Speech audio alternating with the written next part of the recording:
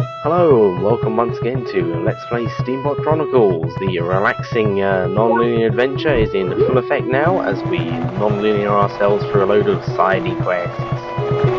Our current objective is to return to Seagull Beach and check out that wrecked ship we arrived in order to retrieve a sailing license from Captain Cabbage, or whatever the hell her name was. We got at least 2 videos worth of stuff before we actually go and do that though. We got lots of things to do. Lots and lots. Back in the Zabala Hill now, these spinning dervishes have respawned. They will reappear daily now, unlike before where they just disappeared completely when we defeated them. Not sure why. Maybe I just didn't actually spend an entire day here. Who knows?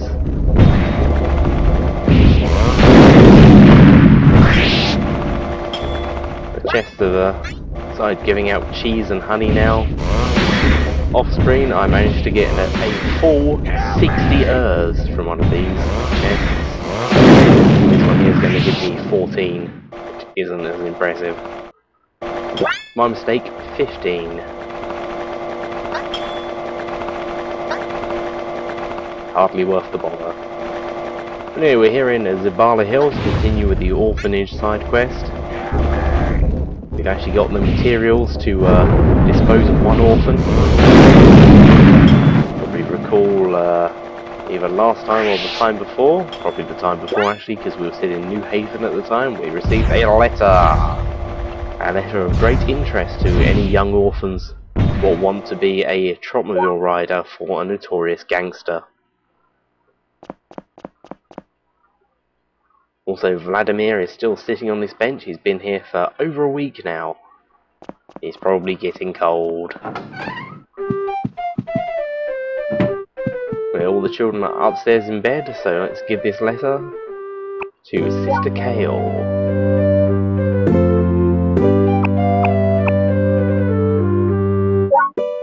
I can't think of a single reason why you wouldn't want an orphan to go and work for a notorious gangster. Especially such a nice notorious gangster. He even let Jake live. At least I think he did. What happened to Jake?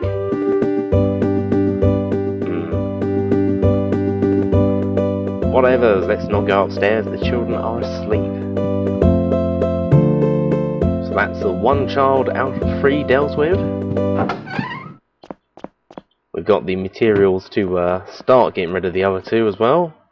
You may remember that one of them wanted to study, and one of them wanted to grow flowers. We know both places to go for them, though we'll only be sorting out the flowers this time. We won't be returning to university for a little bit.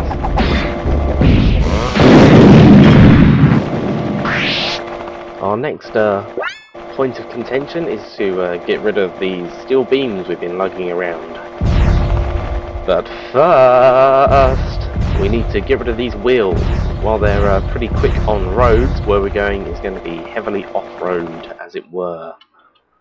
Wagtail Canyon and the Pantano swamplands will be very, very slow with these things. The swamplands in particular.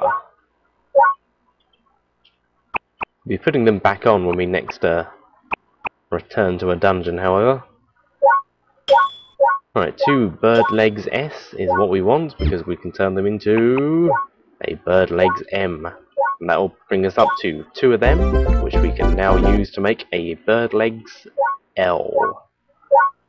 They don't really look much like birds' legs anymore, considering their vast size, but whatevs. They should be slightly faster through swampland than the wheels were. Let's put them on. Oh, big birdie legs.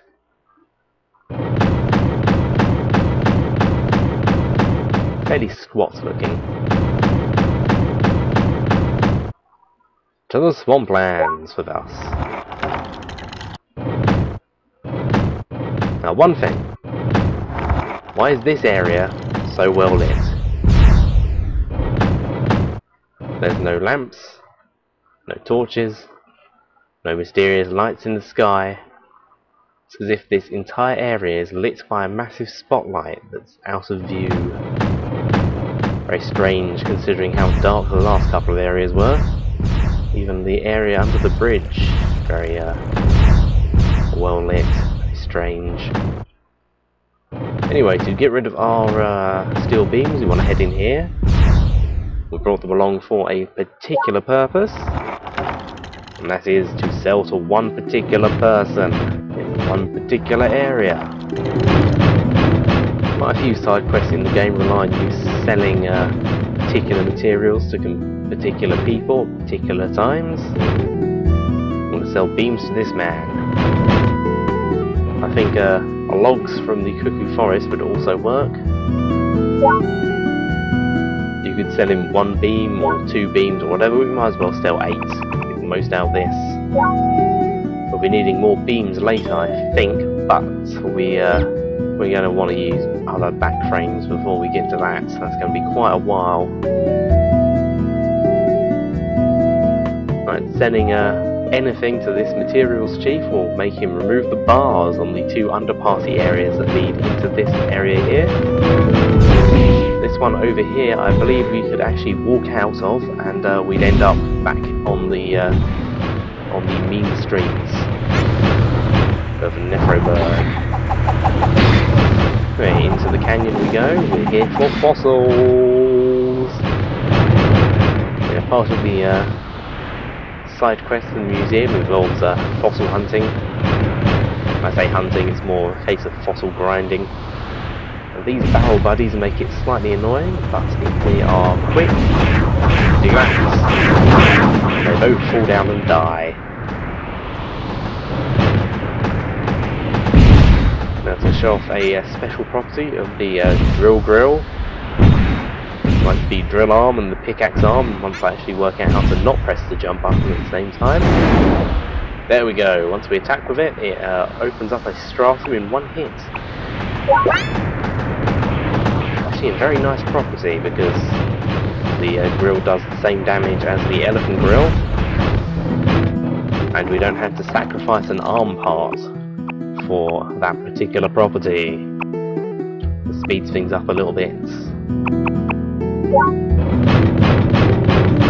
Right, now we're finally back in Nefroburg. A bit dark. Is it lovely? Finally back. Took a while. Been away for quite some time. We've got a few things to do here in town. Most importantly, right now, we bought all that stock in the Nefro Theatre, and their price is going down.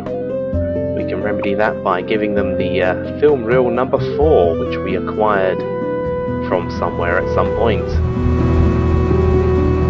Actually thinking about it, did we get this in Eurydica? Maybe? Or was that a book? So let's cycle over there. Bicycle is a lot of fun, but it's not actually that practical in Nefroburg itself. Everything's very close to each other, as it were. So here's the theatre again. You can see they've fixed the damage in here. There are a fair few broken bits of wall and carpet and stuff beforehand, after the attack by the killer elephants. In fact, the whole town is back in perfect shape except for that particular bit there. This whole area is a bit, you know, broken, but it's a back area, it doesn't matter. It's been repaired good enough. Yeah, giving in another film here shall make their stock price increase over the next few days. I can't remember when we're going to actually acquire the next film reel. I think when we get back to Happy Garland we'll have an opportunity to get one. As you can see, they're still showing that Steambot Chronicles film there.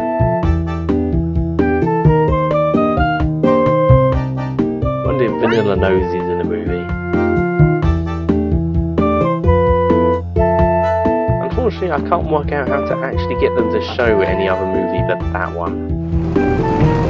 I know at least one of the other movies does actually show up on the big screen, but not that one. Unless I just don't know how to do it. I have to research that. I'll get back to you. Anyway, here we are at the Siberian Musk Hotel. We are here to become King of Pool! Naturally, we're not allowed to stay at the hotel because it's too nice for vanilla.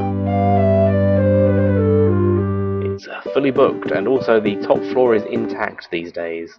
In order to become King of Pool, we need to play a couple of games of pool legitimately.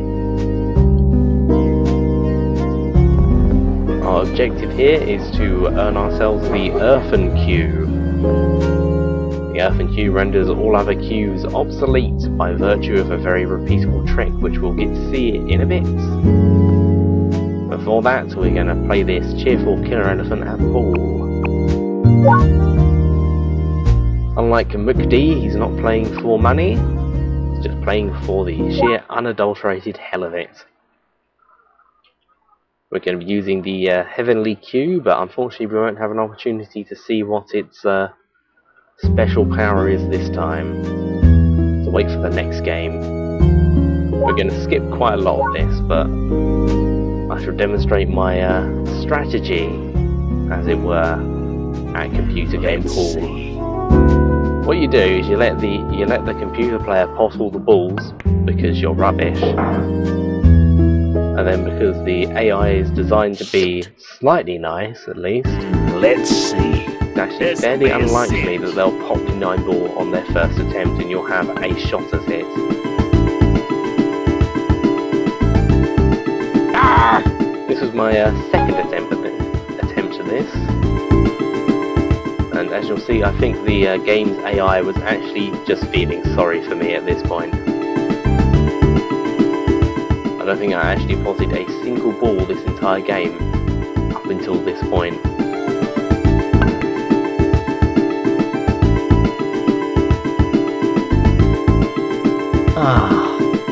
It's harder than it looks, you know. Very difficult. This'll be a cinch. I think the problem is I'm not very good at pool, you know, in real life, or in computer games. Also doesn't help is using the D-pad to line the shot is not very accurate. Feels like it moves slightly too far with every press. Nowhere near.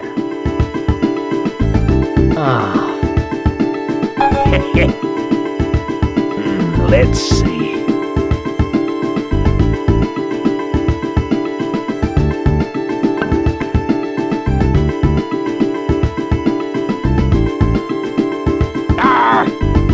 Maybe I can get it this time.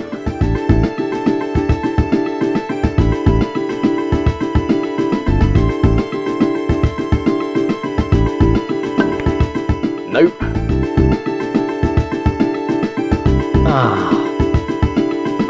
Thankfully, after the game after this one, I shall never have to play a full game of pool again in this game.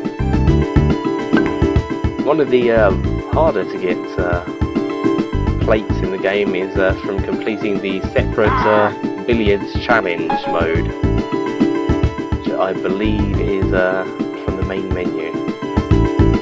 There's one for the battle mode as well, but the billiards involves playing every single character in the game in a row, every single pool playing character that is.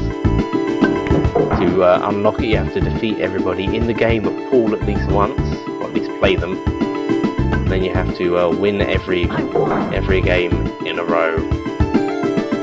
Damn it! And it seems like an impossible task for someone so bad at pool, but once we've got the Earthen Cue, we're going to be all set. Unfortunately, we don't get the cue from just defeating the killer elephant lackey here. Once it's done loading, we shall shall have a new option. But first, gotta go and save.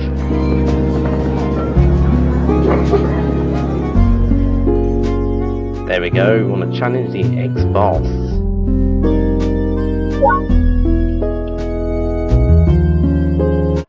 Even brings his pineapple carrying lovelies with him.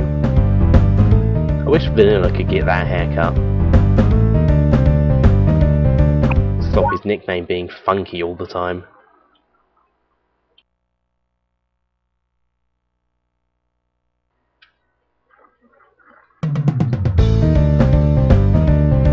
Now Bobby here, for that is his name, is the first power pool player that we can encounter in the game. What this means is he generally always uses full power and is more liable to foul, which is good because I actually managed to pot some stuff. Observe. Now I have snookered myself somewhat here. We shall demonstrate the power of the Heavenly Q. The jump shot is fairly self-explanatory. I mess it up here, I get the timing wrong, but it still performs the jump and I still don't foul. You don't need to use the Heavenly Q to perform a jump shot. Just much easier than doing the angles and that yourself. Once again, my winning strategy. Let them fluff the 9-ball, finish up. See, this strategy isn't quite so good on some of the better ball players in the game, all those people in New Haven, for example. They're going to be problematic if I didn't have a strategy.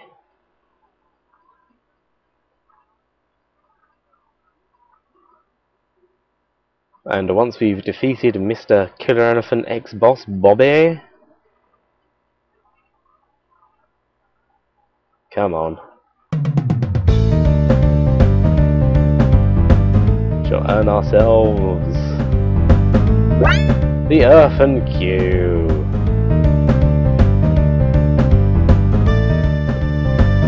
Now ironically, although this will let us win a lot, this actually took quite a lot of tries. And this took at least 10 tries to get right, and to cut out a lot of footage. Saving and trying again. We shall demonstrate it on Mukti the Hustler. Once you get this trick down, it's very repeatable. Luckily some person nicely put up a YouTube video showing the exact angle you have to use for this. It's fairly simple. I'm going to describe the best way to make sure you've got the right angle in a minute. First of all, to win the banking, just set your power to 25% and you'll win every time. Without fail. It's very important because you want to be the person doing the break. If the balls aren't all in the same position, this trick doesn't work at all. It's completely reliant on the break. Get ready! Now to get to line it up properly, you have to pay attention to the line of the cue ball. See, it goes to the top of the table and returns to the bottom. If you pay attention to where it crosses between the camera and the square icon on the bottom. There we go. Use the power, time it right, and Bob is your uncle. The angle is the trickiest part, actually. The timing's fairly simple once you get used to it. And that will happen every single time. As the power shot of the Earthen Q has a set power, you don't have to fiddle with those bars. It doesn't do anything to affect the shot at all. Just press square, get the timing right, and if you got the right angle, you will win on the break every time.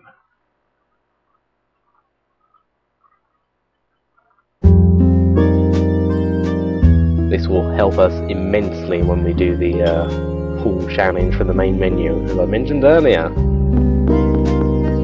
But now, whenever we encounter anybody in the game who wants to play pool, we shall soundly defeat them very quickly.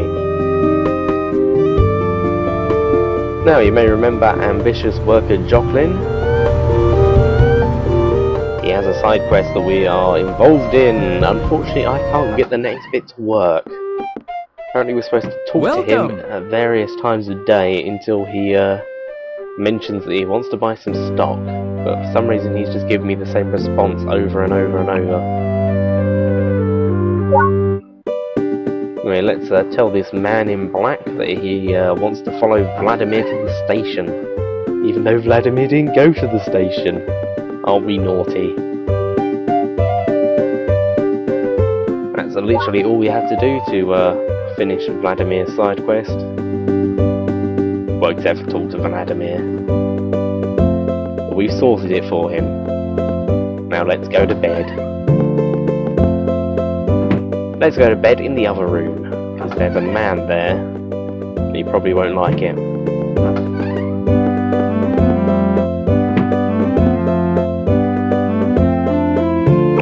Naturally, we want the sausage.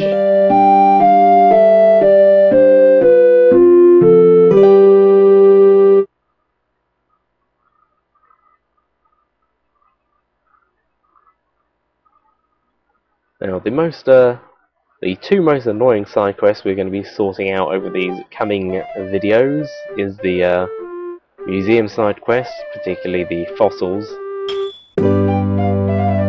Restless Mogul, that's quite a good one. Because he stayed up late and because we have a lot of money. Back to my point, and the second most annoying one is the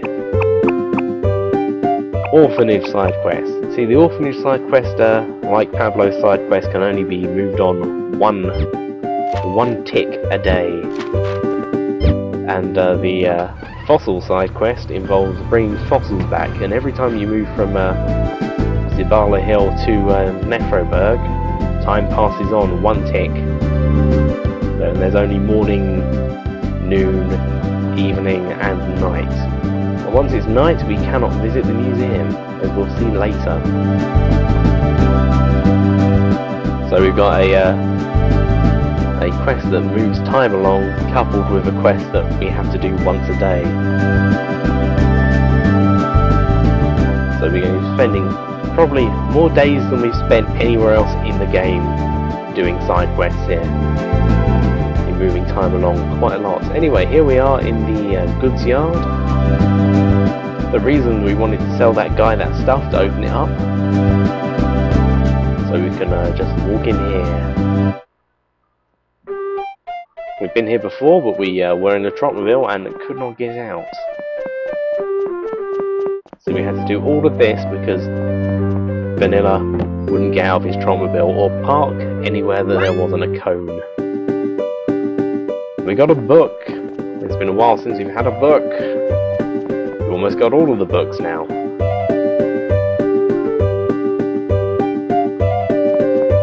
Oop. There we go.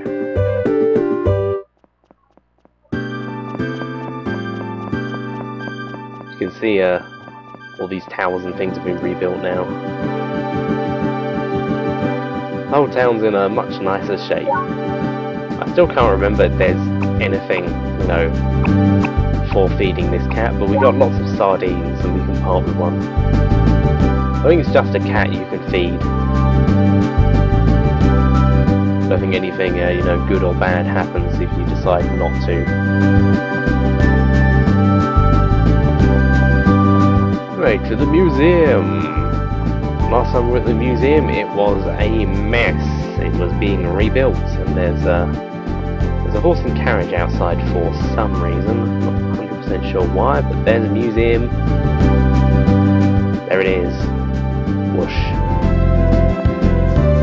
Sorry, I had to pause there for reasons. Let's clean up those fossils. I've got a list here. There's actually 14 regular fossils we need to find,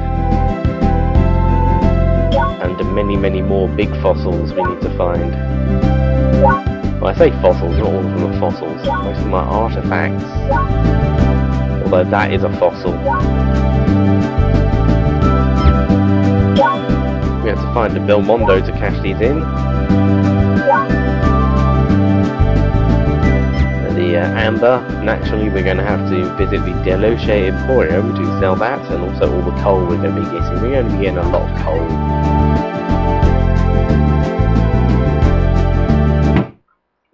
At the point that I'm at now in time, this was recorded in the past, and I'm from the future telling you about what's happening in the future. I'm still missing one fossil of the 14. Refuses to show up. It's rather annoying. Okay, we've got a few artifacts to sell here. Yep, we got 2 dungeons worth and the bits we just picked up there. This is going to take a while. Let's just mash A, get money. You don't have to sell this stuff. You can actually keep it and put it in your apartment. But if you want the plate, you gotta sell it.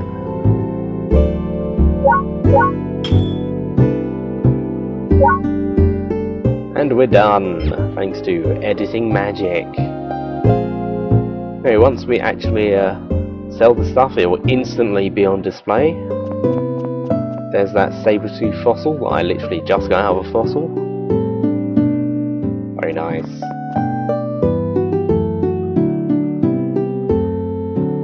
Here we have one of the large fossils. We've been collecting parts from the big fossils we've been digging out, that stratum that we apparently own.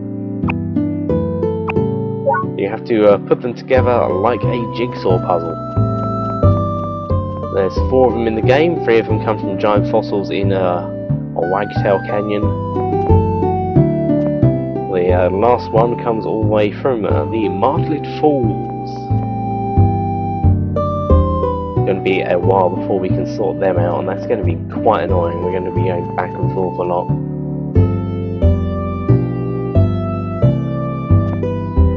As you can see, every artifact in the game has a full 3D model. It will be displayed here or in your apartment if you so choose. There's really not much point in putting this stuff in your apartment. I mean, it just looks like stuff. You might as well just stick with the furniture you can buy.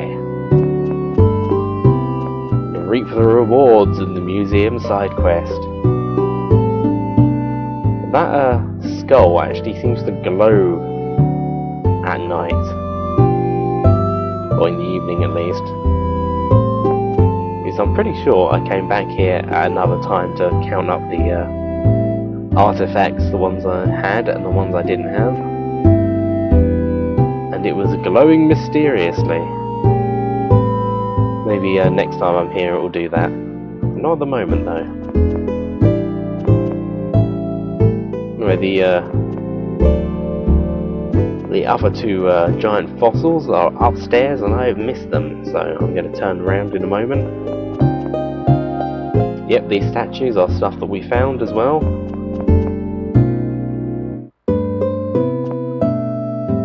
Now, we've actually got most of the artifacts in the game now. Once we've cleaned up Wagtail Canyon, we'll only have the 3rd dungeon and all the stuff at Martlet Falls to find. Everything is sort of arranged in its own categories, which is quite nice. The marine animal fossil, we don't have any of that because it's at the falls. Let's have a little bit of a look at the fossil system here. You have to sort of put it together like a jigsaw puzzle. You can rotate the pieces, but there's always a place to start from. I'm not sure there's a prize for getting it right. I hope there is. So otherwise this seems like a bit of a waste of time.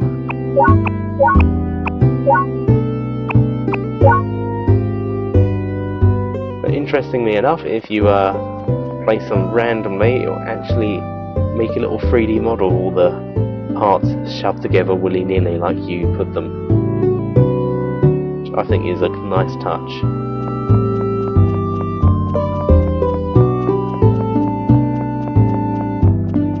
sure once you actually get them in the right positions, you'll be told that you did it right. Anyway, while we're back in the White Cow Canyon now, let's get some more fossils. Let's get some more fossils.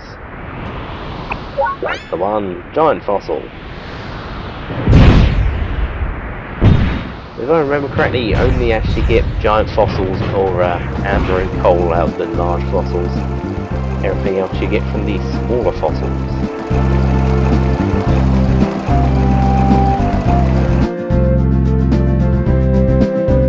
See what we can get.